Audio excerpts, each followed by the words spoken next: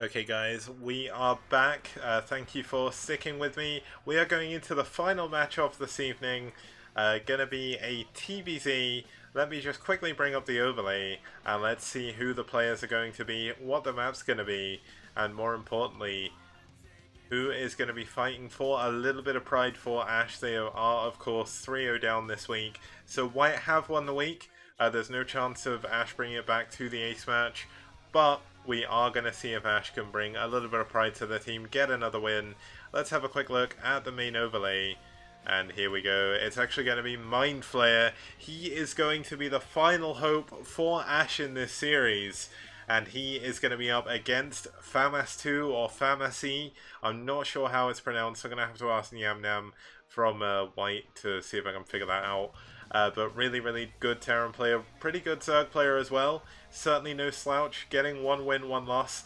Famas has actually won both his games so far. In the STPL, he won a TVP. I think he's actually won two. No, he won a TVZ and a TVP so far. So Famas2 doing really well, so really nice for him. Mindflayer, of course, no slouch. And let's see how he's going to do today on Polaris Rhapsody. Now, Polaris Rhapsody, a very fun map. Not had too many games on it so far. Of the TBZ variety, of course, this is going to build up as the tournament goes on. But it's going to be 1-0 for Terran at the moment. 2-player map, 10 o'clock spawn and 5 o'clock spawn. And obviously, to finish us off for the evening, a lot of people's favourite matchup. Hopefully it's going to live up to the hype. It is Mindflayer versus Famas2, and it's going to be a TBZ. Now, thank you for joining me on this journey once again, guys. I'll do a little wrap-up after the stream, but thank you very much. Let's head on over to the game, and let's get going with the final game of the evening.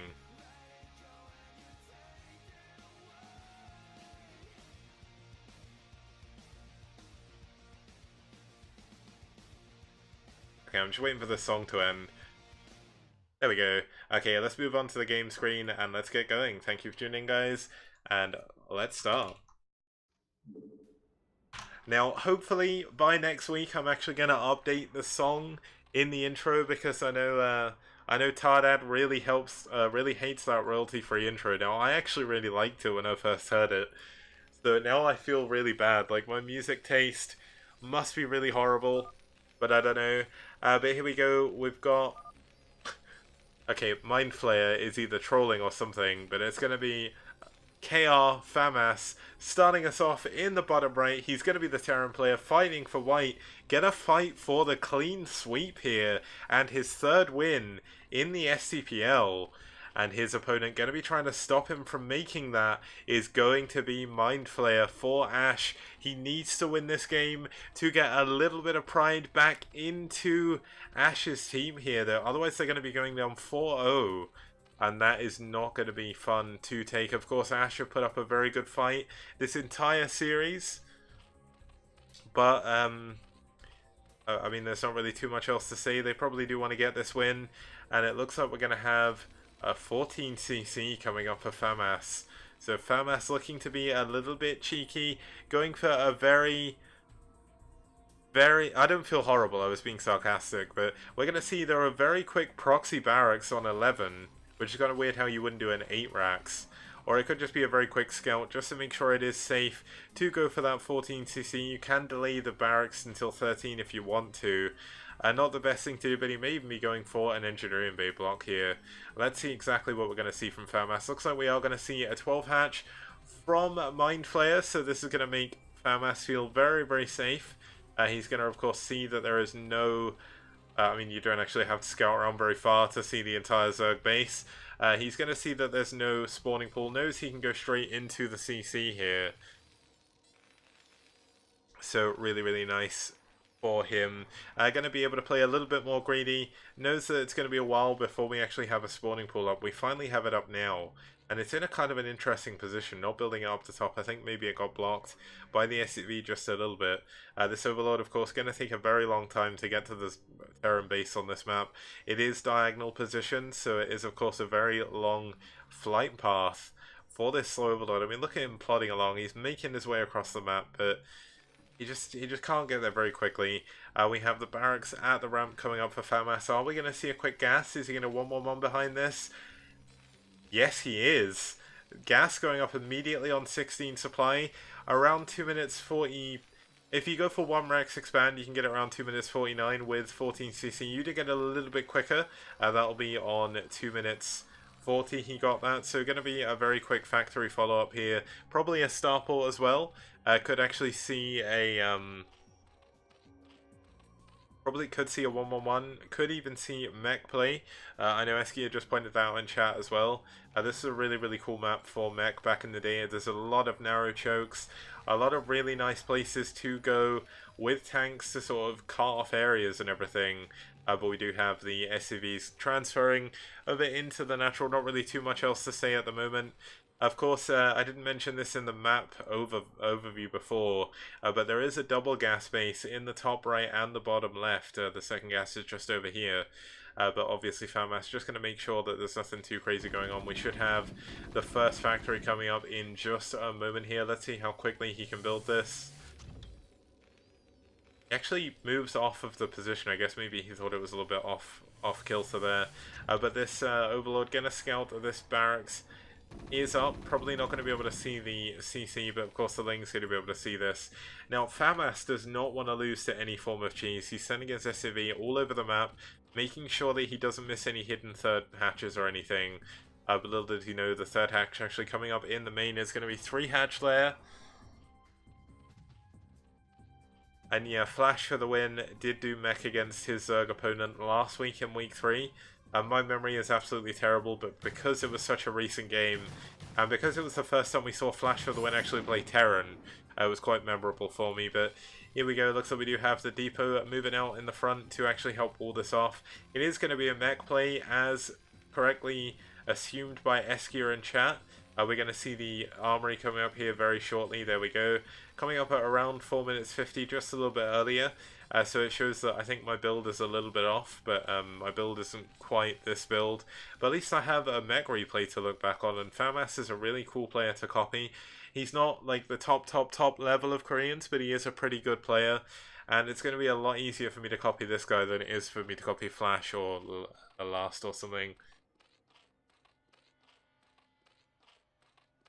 Yep, I mean, 5 Fat Goliath is obviously the main mech opening you can do off of the back of this. That was something Fantasy used to do a lot back in the day. The other thing he did used to do was 3 Fat Goliath into Valkyries, but really, really nice move by the Lings, pushing some of the SCVs away and somehow getting past the bunker without taking any damage. So really, really nice for him. Third factory is coming up for Famas as well, and look at this SCV. This guy has literally seen every other base on the map, and he is not finished with scouting. Really nicely done. First Vulture going to move out, going to try and apply some pressure. Of course, knowing that he is against a factory build, the first Sunken is imperative to be built. We should actually see some Zerglings on that ramp as well, just to make sure. Now this poor SCV finally going to be able to be sent home. He's been away from his family far too long. I mean, he's seen the whole map. He's been around this entire... I don't know if this counts a whole planet or part of a planet, but you know what? Whoever designed a planet like this, and whoever built this bridge, pretty happy for them. They actually gave us a very, very cool map here. Now, we actually have missile turrets coming up. He does know 6 minutes 30 is the 3 hatch muteless timing. But little does he know, it's actually going to be a lurker play. 3 hatchery lurker against mech. Not the best build. But if you can slow drop with Overlord, you can do a lot of damage. Your Academy is, of course, very delayed. Like, even now, he still doesn't actually have that. He does have a lot of turrets coming up. Oh, here we go. Nice actual use of that. He sees... I don't know what he saw there to sort of figure out that this was going to be Hydralisks. But he does know that there's no Mutas at his base, so he doesn't need those. So I guess that's the main part.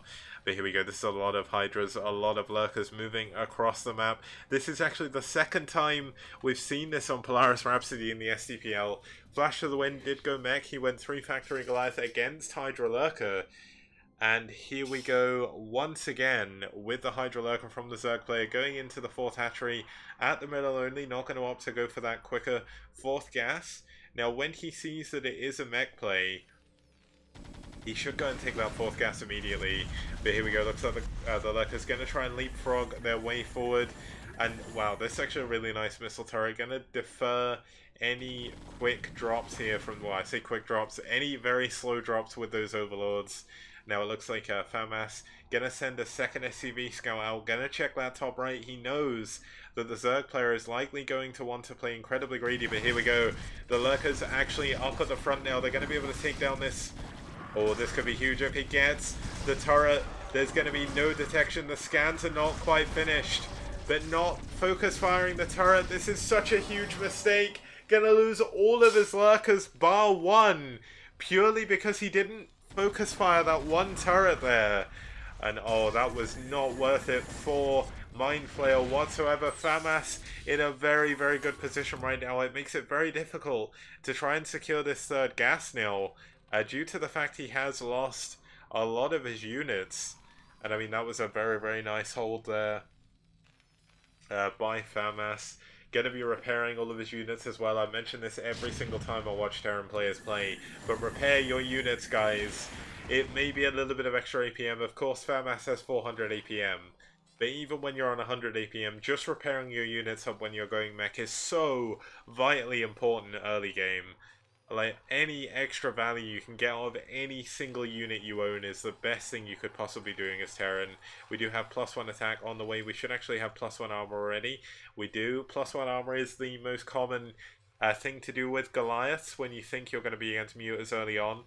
It does give them a little bit of extra survivability, also versus Hydralis as well. And now it looks like Mindflayer is getting a little bit flustered. He's rallied a lot of drones down here. It's going to be a long path for them back into the base. Do we have a spire coming up? Yes, we do. And is this going to be Muteless popping out of these eggs? I do not want to click on them. I'm going to try and keep it as tense as possible. I mean, this is such a big army for Famas. They are going to be moving past each other.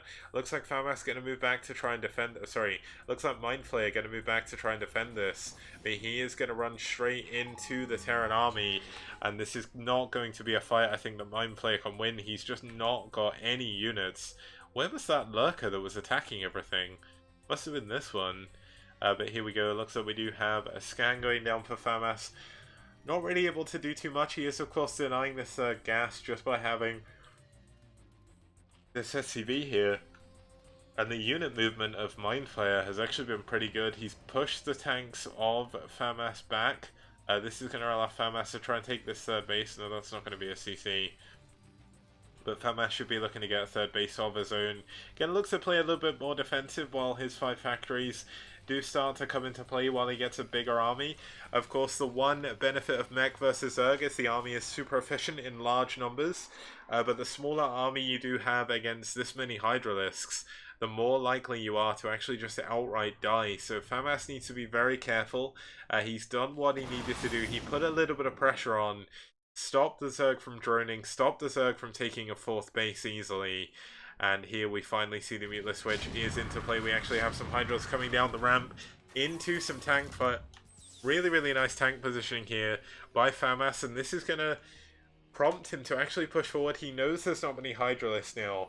He's got a few free kills. He knows the Zerg is only on 4 factory production and only 3 gas. So this is going to be the moment. +1 attack should be kicking in very shortly. Let's just have a look. Yeah, there we go. Pushing out immediately as that's about to finish. Looks like we do actually have Mindflayer going around the side now. He's left his base completely vulnerable here. So this is a very risky maneuver. One of the an Overlord is going to spot this. A lot of units going to try and come back to defend against this. Where was that scan? The scan in the middle to see where the units are. Of course, there is a ramp here going up into the middle, but if the tanks siege up, this is going to be a very hard engagement for the Zerg player to take. But really, really nice unit movement by Mindflayer, making sure not to lose any units here. And it's going to be high ground versus low ground. The Zerg at the disadvantage here. Going to be pushing in. There's a lot of Goliaths. They're going to be... a lot of Muteless, they're going to be eating the Goliath shots. But unfortunately, I don't think there's enough Hydralists to really break through this. As you can see, so many units for the Terran player. And GG! Famas is going to take out Mindflayer in the final game of this evening. And that is going to be a very quick and clinical win for Famas there. And will take white to an overall 4-0 victory. So really, really nicely played by them in all of their games. aSh did put up a very good fight as well, but unfortunately it was not enough. Let's actually just head on over to the results screen. I'm just going to play some music once again. Going to turn off the Brood War music. Going to close out for the day. Really, really fun games all day. Thank you to all the players, of course, for playing. But let's move on over to the results screen. And let's see exactly what was going on. So as you can see, a 4-0 sweep. Very, very, very well played by White here. Going to take their third win, I think, in the STPL on week 4. Of course, you did have Bal versus Bai to begin with by a Terran player. Did manage to take down Bal there. Stussy took out Ter in a pretty cool PvT. Telecom took out Dentag in a really cool PvP. And finally, as you just saw in that TVZ, pretty straightforward, but Famas2 did take down Mindflayer. Really, really nicely played by all of our players here. And you know what, that was a lot of fun to cast that as usual. Let me actually just bring up my screen in just a second, but before I do that, to close off, let's actually have a look at what the next matchups are going to be. On Friday, we're going to have Net Wars versus SK Alpha from Group B, and Rev versus Seoul in Group B. Did I say Group B twice? I meant Group A for Net Wars and SK Alpha. But then next week, it's not decided what's going to be cast in what order, but we're going to at least be seeing Red versus SK Alpha for Group A, Team Liquid Stuff versus SK Bravo also for Group A, and Rev versus White and Seoul versus FBW All-Stars. So that's going to be an action-packed week once again. Thank you very much, everybody, for tuning in. I'm just going to bring myself up here just because I can. I'm going to close off with a few closing words. Thank you very much, everyone, for tuning in. Of course, everyone who played their games, everyone who got their replays, to me, the captains, for putting in so much effort to make sure all the games get played. And, of course, all of you wonderful viewers who've tuned in to watch, all the people who followed, the couple of people who subbed as well. So it does mean a lot for the support.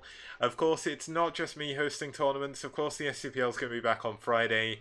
But other than that, you have the Pylon show after this, a couple of hours, actually, I think, like maybe 3 or 4 hours. That's going to be in Control and Artosis. They've got, I think, Noni and Fear Dragon. I know it was mostly StarCraft 2 last week, but they do have some Brood War content coming up as well. So let's tune in to support that. I can't because I'll be asleep, but I'll certainly be checking out the VOD. On Saturday, we'll be once again going back to 0, back to the BSL, and on Sunday, I believe, Sham2 has yet another value.